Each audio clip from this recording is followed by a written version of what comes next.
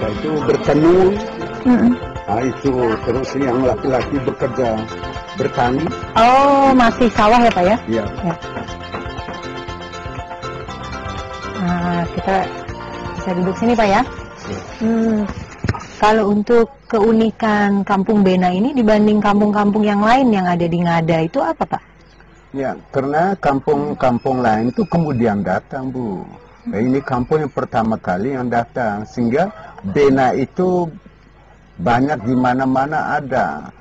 Peja di mana-mana ada, Pati di mana-mana ada, Soro, Raka, Daratu begitu di mana-mana ada. Tapi pusatnya di Bena, Bu. Gitu. Okay. Dan mereka datang yang pertama kali. Ya, dan rumah-rumahnya semua masih tradisional ya Pak ya? Masih tradisional, Bu. Oke, jadi ini dari apa aja Pak bangunan Nah, ya rumahnya? dari papan yang terpilih, terus dengan bambu, lantas dengan alang-alang, Bu. Yang paling mahal itu alang-alang, Bu. Satu ikat kecil 25.000. Dan harus pakai alang-alang ya Pak Harus ya? pakai alang-alang. Jadi kalau toh orang membangun rumah adat, paling kurang 350 juta, Bu, termasuk seremonial. Wah, mahal sekali ya Pak ya? Mahal sekali, Bu. Lebih baik orang bangun rumah Biasa, biasa, modern, betul. macam Ya. ada jendela pintu. Berarti bisa dibilang semua yang di sini sebenarnya bagus secara ekonomi ya Pak, karena bisa membangun rumah adat. Ya, karena bisa menyimpan segala persiapan untuk buat rumah, kadang-kadang 3 tahun, 4 tahun, atau 5 tahun, Bu, Iya, persiapan. Ini saya lihat nih Pak, ada yang pakai ukir-ukiran. Ada artinya nggak Pak nih ukirannya ini? Ukiran itu ada artinya, Bu. Contoh, macam sana ada ukiran kuda. Ya. Yang di sana. Kuda ya itulah, kalau orang yang bekerja di kebun, harus seperti tenaga kuda. Sebisa menghasilkan apa-apa. Kalau orang pemalas, tidak macam tenaga kuda. Tidak ada hasil apa-apa. Iya. Nah, itu. Berarti memang semua menyimbolkan juga masyarakatnya rajin bekerja gitu Ya, ya. itu ada lambang-lambangnya, Bu. Betul. Oke. Saya mau melanjutkan jalan-jalan lagi Pak. Terima kasih banyak nih Baik, informasinya. sama-sama, Bu. Yuk mari Pak.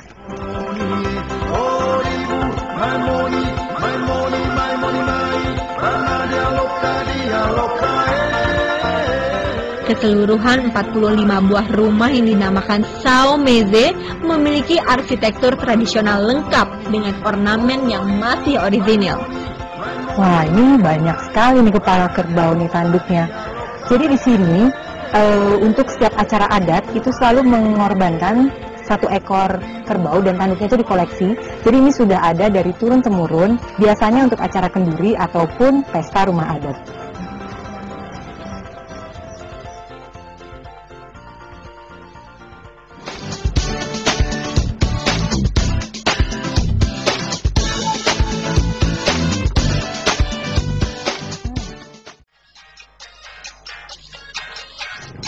Dari tadi kita sudah cukup banyak melihat isi dari Kabupaten Ngada ini, tapi rasanya belum pas kalau kita belum menengok ibu kotanya. Nah, di sini dia namanya Kota Bajawa, dan kota ini terletak di daerah perbukitan yang berada di dataran tinggi.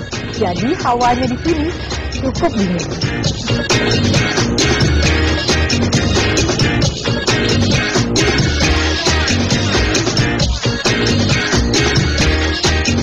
Secara geografis, Kota Bajawa memang terletak di daratan yang tertinggi di Kabupaten Ngada dengan jumlah penduduk sekitar 44.000 jiwa. Kota yang dikelilingi rangkaian pegunungan yaitu Pegunungan Wolongada dan Pegunungan Pipi Podo ini memiliki panorama yang indah dan unik untuk dinikmati. Hawanya pun terasa sejuk karena bersuhu rata-rata 10 derajat Celcius, sehingga cocok sebagai tempat berlibur dari kepenatan sehari-hari.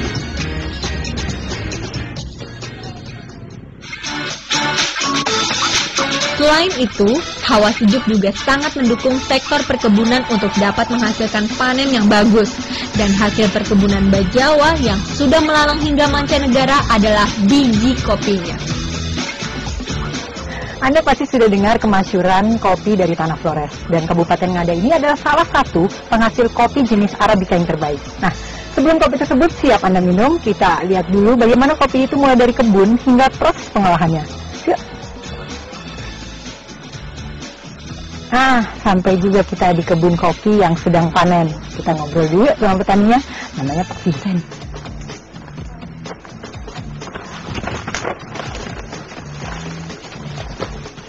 Pak Vincent. Ya, siang. Lagi panen ya Pak? Iya, lagi Oh. panen. Lagi sortir ini. Oh, harus disortir ya Iya, Pak? lagi disortir. Yang merah 95% ke UPH. Karena di UPH sebentar lagi sortir lagi di UPH, persentase di UPH itu. Oh, berarti yang jadi nanti harus seperti ini Pak, yang Iya, bagus ya? Iya. Untuk luas kebun kopi sendiri berapa nih Pak?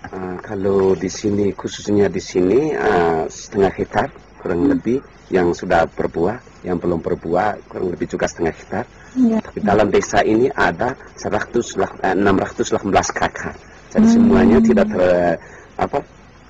cuma hanya kelompok tani yang menjual ke UPH, tetapi masyarakat satu desa ini menjual ke UPH semua dengan harga yang memuaskan 3.500 kg klono merah per kilo. Nah, ini nanti proses pengolahannya setelah dari biji ini bagaimana Pak? Ini nanti ke UPH, ke unit sana. Di lokasi di situ ada timbangan, ada administrasi keuangan, kemudian di proses rambang dan digiling. Nantinya kita ke UPH itu. Ya, prosesnya di sana Pak ya? Ya, Boleh Pak, saya pengen lihat prosesnya. Iya Ibu, mari Ya, Ibu. mari Pak. Total luas kebun kopi di daratan Bajawa adalah 5.000 hektar dan karena mutu terbaiknya, kopi Bajawa jenis Arabica ini pun dipasok oleh perusahaan kopi terbesar di Amerika. Pengolahannya memang membutuhkan beberapa tahap yang tidak sebentar. Dari biji kopi yang baru dipanen, langsung direndam dalam air untuk memilah yang tenggelam, yang artinya berkualitas baik. Selanjutnya, biji kopi digiling.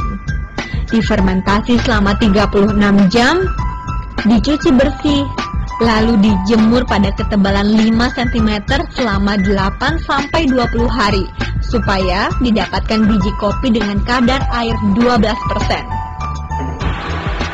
Belum selesai sampai di sini, karena setelah itu biji kopi masih melalui proses digiling lagi, dibersihkan, ditiriskan, dan baru berakhir di mesin sangrai.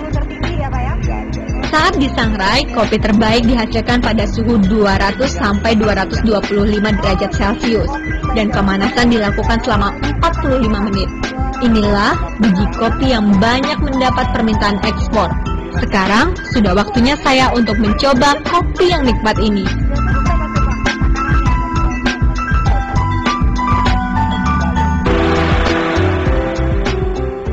Ini dia kopinya. Makasih ya Mbak. Kita cobain dulu ya. Kopi Bajawa Flores. Enak. Kentalnya itu pas. Nggak heran kalau peminat kopi yang ada di dunia ini sangat bagus. Jadi kalau Anda mau cari oleh-oleh dari sini sudah pasti kopi Bajawa Flores. Dan jangan lupa Anda juga harus masukkan kabupaten yang ada ini ke dalam objek wisata liburan Anda berikutnya.